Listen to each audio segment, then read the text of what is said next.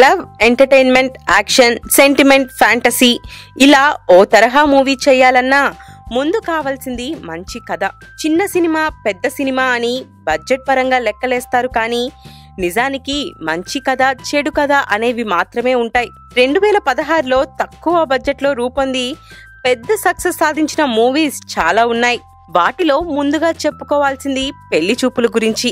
Short film maker Tarun Bhaskar youth based family concept తో విజయ్ దేవరకొండ, రీతూ వర్మ కోంబోలో తీసిన పెళ్లి చూపులు పెట్టుబడికి 10 రెట్లు వసూలు చేసి స్మాల్ ఫిలిమ్స్ లో బిగ్గెస్ట్ హిట్ గా నిలిచింది. నేచురల్ స్టార్ నాని, మోహరిన్ జంటగా అందాల రాక్షసి ఫేమ్ హను రాఘవపుడి చేసిన కృష్ణగాడి వీర ప్రేమగాథ కూడా ఈ కోవకే చెందుతుంది. క్షణం కోటి పైచిలుక బడ్జెట్ తో తీస్తే పెద్ద హిట్ అయింది. స్టోరీ హాలీవుడ్ సినిమాల తరహాలో ఉన్న స్క్రీన్ ప్లేతో మ్యాజిక్ చేసి ఆడియన్స్ ని ఆకట్టుకున్నాడు. శృంగారానికి సస్పెన్స్ యాడ్ చేసి సిద్ధు, రేష్మిలతో గుంటూరు టాకీస్ చేసి ఎంటర్టైన్ చేశాడు. నందిని రెడ్డి కళ్యాణ వైభోగమే అనే ఫ్యామిలీ మూవీతో అలరిస్తే అల్లు సిరి శ్రీరస్తు శుభమస్తుతో సర్ప్రైజ్ హిట్ కొట్టి ఆశ్చర్యపరిచాడు.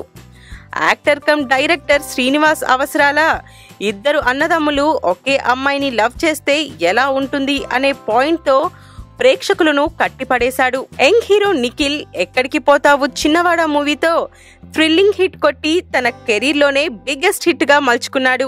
ఈ సినిమాలన్నీ కంటెంట్ ఉంటే హిట్ కొట్టడం పెద్ద మ్యాటరే కాదని నిరూపించాయి.